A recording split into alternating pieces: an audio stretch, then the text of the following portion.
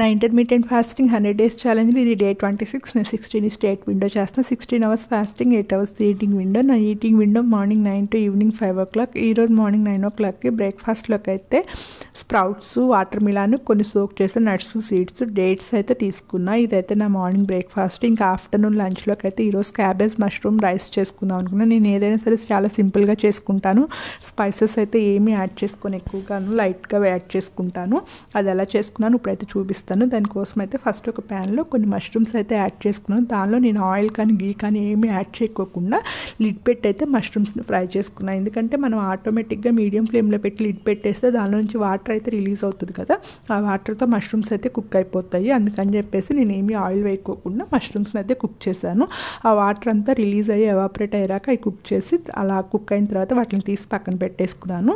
ఇప్పుడు ఇంకో ప్యాన్ పెట్టుకుని దానిలో కొంచెం అయితే గీ యాడ్ చేసుకున్నాను. ఆయిల్ అయినా వేసుకోవచ్చు, మన చాయిస్. నేనైతే లైట్గా గీ యాడ్ చేశాను, ఎక్కువ కూడా యాడ్ చేయలేదు.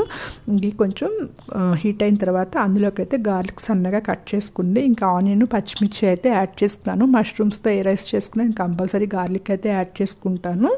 గార్లిక్ యాడ్ చేసుకుంటేనే మష్రూమ్ ఫ్లేవర్ అనేది చాలా బాగుంటుంది. ఇంకా ఇవైతే కొంచెం ఫ్రై చేసుకోవాలి. ఇవి కొంచెం ఫ్రై అయిన తర్వాత నేనైతే సన్నగా కట్ చేసుకుని క్యాబేజ్ యాడ్ చేసుకున్నాను. నేను క్యాబేజ్ చాలా ఎక్కువగానే యాడ్ చేసుకున్నాను. క్యాలరీస్ చాలా తక్కువగా ఉంటాయి కదా క్యాబేజ్లో, అందుకని చెప్పేసి కొంచెం ఎక్కువగానే యాడ్ చేసుకున్నాను. క్యాబేజ్ కూడా ఫ్రై అయ్యేంత వరకు కుక్ చేసుకున్నాను. సాల్ట్ అయితే ఇప్పుడు ఏమీ యాడ్ చేయలేదు. క్యాబేజ్ ఇలా ఫ్రై అయిన తర్వాత ముందుగానే ఫ్రై చేసుకున్న మష్రూమ్స్ ఉన్నాయి కదా, అవన్నీ కూడా ఇందులో వేసి ఒకసారి అయితే కలుపుకున్నాను. ఇలా కలుపుకున్న తర్వాత ముందుగానే కుక్ చేసుకున్న రైస్ అయితే యాడ్ చేసుకున్నాను. నేనైతే వైట్ రైస్ యాడ్ చేసుకున్నా, కావాలి అంటే బ్రౌన్ రైస్ అయినా యాడ్ చేసుకోవచ్చు, మన చాయిస్. ఈ రైస్ కూడా యాడ్ చేసుకున్న తర్వాత మొత్తం అంతా కూడా ఒకసారి అయితే మిక్స్ చేసుకున్నాను. తర్వాత ఇప్పుడైతే సాల్ట్ యాడ్ చేసుకున్నాను. ఫస్ట్ అయితే నేను ఏం సాల్ట్ యాడ్ చేయలేదు. కొంచెం సాల్ట్ అంటే మన టేస్ట్ సరిపడినంత సాల్ట్ యాడ్ చేసుకున్న తర్వాత కొన్ని అయితే చిల్లీ ఫ్లేక్స్ యాడ్ చేసుకోవాలి. దానిలోకి ఈ రైస్లోకి అంటే కారాలు కానీ లేకుంటే ధనియాల పొడి అవన్నీ ఏమి అంత బాగోవు.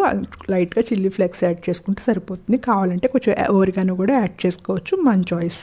లాస్ట్లో అయితే కొన్ని స్ప్రింగ్ ఆనియన్స్ కూడా యాడ్ చేసుకుని అయితే మిక్స్ చేసుకుని స్టవ్ ఆఫ్ చేసుకోవడమేను. స్ప్రింగ్ ఆనియన్స్ లేకుంటే కొంచెం కొత్తిమీర అయినా యాడ్ చేసుకోవచ్చు, మన చాయిస్. నేనైతే మధ్యాహ్నం లంచ్లోకి వచ్చేసి ఇది తీసుకున్నాను, క్యాబేజ్ మష్రూమ్ రైస్. ఇంకా కొంచెం క్యారెట్ అయితే యాడ్ చేసుకున్నాను దానిలోకి. ఇంకా 3 o'clock టైంలో ఒక గ్లాస్ అయితే బటర్ మిల్క్ కూడా తీసుకున్నాను. ఇంకా 5 o'clock టైంలో అయితే డిన్నరు.